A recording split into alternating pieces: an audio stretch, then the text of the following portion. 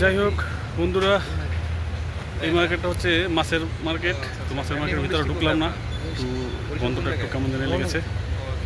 তো ওই যে আমাদের রেজা ভাই তার এক দেশি বাইরে পেয়ে গেল, একটু গল্প করতেছে।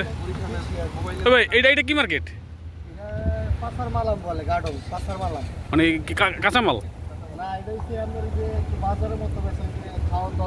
ও বুঝছি, মানে ফাস্টফুড আর কি, ফাস্টফুড। পুরো মার্কেটটাই ফাস্টফুড।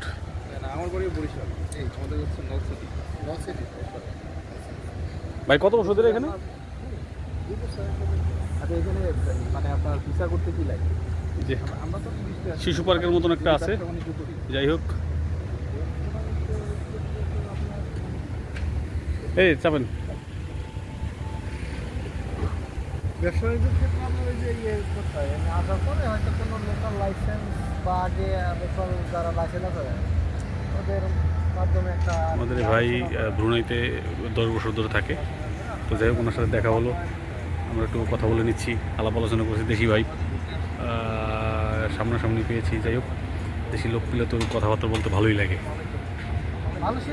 তো আজকে এই পর্যন্তই থাক। তো ভালো থাকবেন।